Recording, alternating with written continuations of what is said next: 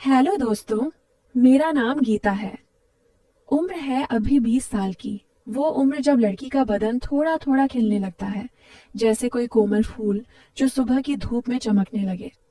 मैं गांव की हूँ। वो छोटा सा गांव जहाँ खेतों की हवा में मिट्टी की खुशबू घुली रहती है और शाम को घर की चौखट पर बैठकर दूर के पहाड़ देखना अच्छा लगता है। मेरी आंखें बड़ी बड़ी हैं, काली जैसे रात का आसमान, और होंठ गुलाबी जो मुस्कुराते वक्त थोड़े मोटे हो जाते हैं। लोग कहते हैं कि मैं सुंदर हूँ, लेकिन मैं तो बस अपनी हूँ साड़ी पहनकर घर के काम करती हूँ। कभी कभी आईने में देखकर सोचती हूँ कि ये सब इतना क्यों बदल रहा है। आज मैं तुम्हें अपनी कहानी सुनाऊंगी, जो मेरी जिंदगी की वो दास्तान है जो धीरे धीरे खुलती गई। इसमें कुछ ऐसा है जो तुम्हें बांध लेगा, शायद थोड़ा उत्साह भी देगा, लेकिन अंत तक रुको, क्योंकि जिंदगी हमेशा वैसी नहीं चलती जैसी लगने लगे। चलो शुरू करते हैं। मेरा गांव है हरिपुर, जहाँ घर घर में ईंटों की दीवारें हैं, लेकिन मेरे घर की दीवारें थोड़ी अलग हैं। पिताजी किसान हैं, सुबह उठते हैं तो खेत की मेड़ पर चलते हुए कोई गीत गुनगुनाते हैं। माँ घर संभालती हैं और भाई बड़ा है, शहर पढ़ने गया हुआ। मैं बीच में हूँ, घर की लाडली। लेकिन अब वो उम्र आ गई है जब सबकी नजरें थोड़ी चुभने लगती हैं। एक दिन सुबह की बात है, मैं रसोई में थी। बाहर का आंगन सूना था। सूरज अभी पूरी तरह नहीं निकला था, बस हल्की हल्की रोशनी फैली हुई। मैं चूल्हे पर रोटियां सेंक रही थी। साड़ी की चोली थोड़ी ढीली थी क्योंकि रात को धोकर सूखने रखी थी, और हवा के झोंके से वो हल्का हल्का लहरा रही थी। माँ बाहर कपड़े सुखा रही थी और अचानक दरवाजे पर दस्तक हुई। कौन है? मैंने पूछा। आवाज में थोड़ी झिझक थी। बाहर से चाचा जी की आवाज आई। पड़ोस के चाचा, जिनका नाम है रामलाल चाचा। वो हमारे खेत के पास का ही खेत जोतते हैं और कभी कभी घर आ जाते हैं कोई बात करने। गीता बिटिया, खोल दे दरवाजा, तेरे पिताजी को कुछ सामान लाया हूँ। मैंने साड़ी को ठीक किया, लेकिन वो हल्की सी हलचल में फिर लहराई। दरवाजा खोला तो चाचा जी खड़े थे, हाथ में एक बोरा, आंखें थोड़ी नीची लेकिन नजरें मेरी तरफ। अरे चाचा जी, आइए अंदर, मैंने कहा मुस्कुराते हुए। बोरा रखते हुए उनका हाथ मेरे हाथ से छू गया, बस हल्का सा, लेकिन वो स्पर्श जैसे बिजली का करंट था। ये क्या लाए हैं? मैंने पूछा। बीज हैं, तेरे पिताजी के लिए, अच्छे वाले। उनकी आंखें मेरी कमर पर रुकी, जहां साड़ी की फुदक थोड़ी ढीली थी। मैंने सोचा, शायद हवा का कमाल है, लेकिन मन में एक अजीब सी हलचल हुई। माँ ने पुकारा, गीता, चाय बना दे चाचा जी के लिए। मैं रसोई में चली गई। पानी उबालते हुए सोच रही थी कि चाचा जी की नजरें क्यों इतनी गहरी लगी। चाय देते वक्त उनका हाथ फिर छुआ, इस बार थोड़ा लंबा। बिटिया, तू तो बड़ी हो गई, उन्होंने कहा, आवाज में कुछ भारीपन। हाँ चाचा, समय तो ऐसा ही है, मैंने हंसकर कहा, लेकिन मन में सवाल घूम रहा था, ये क्या चल रहा है। वो दिन बीता, लेकिन शाम को जब पिताजी घर आए तो उन्होंने बताया कि चाचा जी ने खेत में कुछ नया तरीका अपनाया है। बीज बोने का नया ढंग। गीता, तू भी देख लेना कभी। मैंने सिर हिलाया लाया, लेकिन रात को सोते वक्त वो स्पर्श याद आया। अगली सुबह फिर वही रूटीन।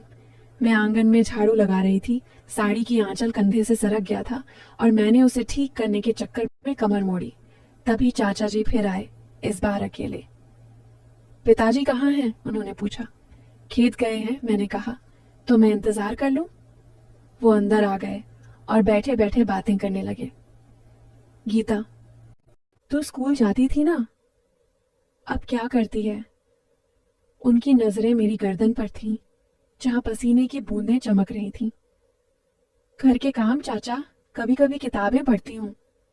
बातों बातों में उन्होंने कहा, तेरी कमर कितनी पतली है, जैसे कोई बांस की डाल। मैं हंस दी। चाचा, आप तो शायर हो गए। लेकिन मन में वो शब्द गूंज रहे थे।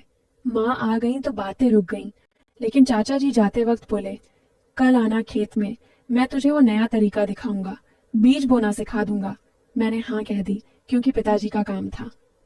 अगले दिन दोपहर का वक्त था। धूप तेज थी, लेकिन खेत के बीच में छाया थी। मैं साड़ी पहनकर गई, सादा सूती वाला, जो पसीने से चिपक जाता है। चाचा जी वहां थे, हल लिए। आ गीता, देख, ये तरीका है, बीज ऐसे बोते हैं, धीरे धीरे गहराई में डालकर। उनकी आवाज में कुछ था जैसे दोहरा मतलब। मैंने हंसकर कहा, चाचा, मैं तो कभी नहीं बोई, सिखाइए ना। उन्होंने मेरा हाथ पकड़ा, हल्की मेड़ पर ले जाकर। उनका हाथ गर्म था, मेरा ठंडा। ऐसे पकड़ो मजबूती से और फिर धकेल दो अंदर। मैंने वैसा ही किया, लेकिन मेरी साड़ी की चोली में पसीना आ गया था और झुकते वक्त वो थोड़ी तनी। चाचा जी की सांसें तेज लगी। अच्छा है बिटिया, तू सीख रही है। अब मैं दिखाता हूँ कैसे गहराई तक जाता है। वो आगे झुके, उनका कंधा मेरे से सटा। मन में डर था, लेकिन उत्सुकता भी। क्या होगा आगे? तभी दूर से पिताजी की आवाज आई, रामलाल क्या कर रहे हो? चाचा जी पीछे हटे और बोले, बिटिया को सिखा रहा हूँ। पिताजी हंस पड़े। अच्छा है, घर की बेटी को भी काम आना चाहिए। वो दिन खत्म हुआ, लेकिन मेरे मन में सवालों का सिलसिला शुरू हो गया। रात को मैंने डायरी में लिखा, चाचा जी की नजरें, उनका स्पर्श, क्या ये सिर्फ मदद है या कुछ और? समय बीतता गया धीरे धीरे। कुछ दिनों बाद गांव में एक छोटा सा मेला लगा। नहीं, वो घिसा पिटा वाला नहीं, बल्कि हमारे मोहल्ले का अपना, जहां लोग घर के आंगन में इकट्ठा होते हैं, कोई नया बीज लाकर बांटते हैं। मैं वहां गई, साड़ी में, बाल खुले। चाचा जी वहां थे, दूसरे चाचाओं के साथ। बातें हो रही थी, हंसी मजाक। अचानक उन्होंने मुझे बुलाया, गीता आना, ये देख ये नया बीज। मैं गई और उन्होंने बोरा खोला। अंदर से बीज निकालकर मेरे हाथ पर रखे। छूकर देख कितना सख्त है। उनका हाथ मेरे हाथ के ऊपर रहा थोड़ी देर। आसपास लोग थे, लेकिन वो पल जैसे अकेले का था। हाँ चाचा, अच्छा लग रहा है, मैंने कहा, लेकिन मेरी आवाज कांप गई। फिर उन्होंने कहा, इसे बो तो फसल कितनी लगी हो जाएगी, तू कल आना, मैं तुझे और सिखाऊंगा।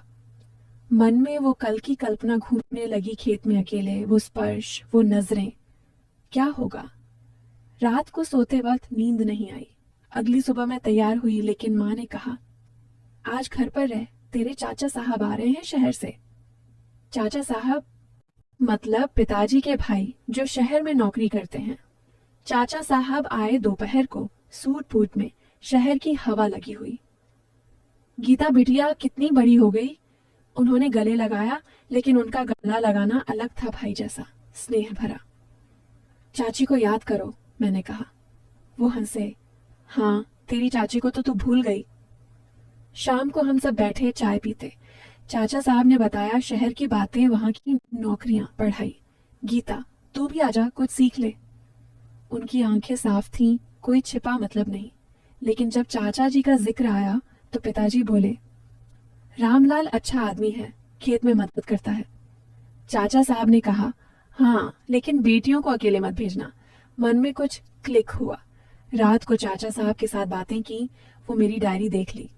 क्या लिखा है? मैंने हंसकर कहा, अपने मन की बातें। उन्होंने पढ़ा और बोले, गीता, जिंदगी में स्पर्श सबके अलग होते हैं, कुछ स्नेह के, कुछ छल के, सावधान रहना। वो रात लंबी लगी, लेकिन सुबह चाचा साहब चले गए। जाते वक्त बोले, मुझे चिट्ठी लिखना, अपनी कहानी। अब चाचा जी की मुलाकातें बढ़ गईं। एक दिन खेत के पास नहर थी, पानी छोड़ने का काम। मैं पानी देखने गई, क्योंकि पिताजी ने कहा था। चाचा जी वहां थे, नहर के किनारे। गीता पानी कैसे छोड़ते हैं देख। मैं गई, साड़ी को ऊंचा किया, क्योंकि पानी की धारा तेज थी। ऐसे पकड़ो रस्सी, खींचो मजबूती से। उनका हाथ मेरे कंधे पर, गाइड करने को। पानी बहने लगा, लेकिन मेरी साड़ी गीली हो गई, चिपक गई। चाचा देखो क्या हो गया, मैंने शर्माते हुए कहा। वो हंसे, अरे ये तो ठंडक है, मैं सुखा दूं। लेकिन तभी गांव का लाला जी आ गया, जो पानी बांटते हैं। रामलाल क्या कर रहे हो? चाचा जी पीछे हटे। घर लौटकर मैंने सोचा, ये सब क्या है? रात को माँ से बात की। माँ, चाचा जी अच्छे हैं ना? माँ ने कहा, हाँ बेटी, लेकिन दुनिया में सब अच्छे नहीं होते। तू अपने काम पर ध्यान दे। धीरे धीरे दिन गुजरते गए। एक शाम घर पर कोई नहीं था। पिताजी खेत में, माँ पड़ोस गई। मैं अकेली थी, किताब पढ़ रही। दरवाजा खटखटाया। चाचा जी। गीता, तेरे पिताजी को बुलाने आया। मैंने अंदर आने को कहा। बैठे, बातें। तू कितनी शांत है, जैसे कोई तालाब का पानी। उनकी नजरें मेरी आंखों में। चाचा, आप तो कवि हो गए। हंसी हुई, लेकिन हवा में तनाव था। कल खेत में आना, एक नया पौधा लगाएंगे। मैंने हाँ कहा। रात को नींद में सपना आया, खेत, स्पर्श। लेकिन अंत में फूल खिले। अगला दिन आया। खेत में चाचा जी इंतजार कर रहे थे। आ गीता, ये पौधा लगाते हैं। जड़ें गहरी डालनी पड़ती हैं। मैंने मिट्टी खोदी, हाथ गंदे हो गए। उनका हाथ मेरे हाथ पर, मिट्टी लगी। ऐसे दबाओ नरमी से। पौधा लग गया, लेकिन मेरी साड़ी मिट्टी से सन गई। चाचा अब क्या? वो बोले, घर चल, मैं साफ कर दूं। मन डर गया, लेकिन उत्साह भी। घर की तरफ चल पड़े, लेकिन रास्ते में भाई का दोस्त मिला, शहर से आया। गीता दीदी, क्या हो रहा है? चाचा जी चले गए। भाई के दोस्त ने कहा, चाचा जी से सावधान, वो थोड़े चालाक हैं। मन में शक हुआ। समय और आगे बढ़ा। अब चाचा जी की बातें गहरी हो गईं। एक दिन घर के पीछे आम का बाग था, फल तोड़ने का मौका। मैं चढ़ी सीढ़ी पर, साड़ी लपेटी। चाचा जी नीचे पकड़ रहे थे। हाथ बढ़ाओ, मैं पकड़ लूंगा। फल गिरा, उनका हाथ मेरी टांग से छुआ। सॉरी बिटिया। लेकिन आंखों में चमक। नीचे उतरते वक्त सीढ़ी हिली, मैं गिर पड़ी उनके ऊपर। सांसें रुकी, बदन सटा। चारेसा लिया जा मैं उठी, लेकिन वो पल जैसे आग था। कुछ नहीं हुआ, उन्होंने कहा, लेकिन जाते वक्त बोले, कल फिर आना बाग में। रात को मैंने फैसला किया, नहीं जाऊंगी। लेकिन जिंदगी रुकती नहीं। कुछ दिनों बाद गांव में एक समस्या आई। खेतों में कीड़े लग गए, सब परेशान। चाचा जी ने सलाह दी, एक नया दवा लाओ, मैं लगा दूं। पिताजी ने मुझे भेजा शहर की दुकान पर। वहां चाचा साहब मिले, जो छुट्टी पर आए थे। गीता क्या लाई, मैंने बताया। वो बोले, चल मैं साथ चलूं। रास्ते में बातें शहर की। तू क्या करना चाहती है जिंदगी में? पढ़ना, माँ बाप का नाम रोशन करना। घर आकर दवा लगाई चाचा साहब ने। चाचा जी भी आए, लेकिन चाचा साहब की मौजूदगी में चुप रहे। धीरे धीरे चीजें बदलने लगी। मैंने किताबें ज्यादा पढ़ना शुरू किया, डायरी में लिखना। चाचा जी की मुलाकातें कम हुई, क्योंकि मैं बहाने बना लेती। एक दिन पिताजी बीमार पड़े, नहीं बीमारी नहीं, बस थकान। मैंने देखभाल की। चाचा जी आए, लेकिन माँ ने रोका। बिटिया संभाल रही है। मन में राहत मिली।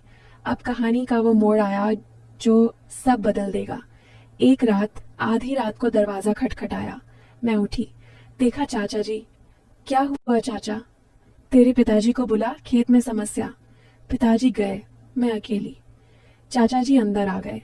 गीता, तू डर मत। उनकी नजरें फिर वही। चाचा, पिताजी आ जाएंगे। लेकिन वो पास आए, हाथ बढ़ाया। बिटिया तू समझती नहीं।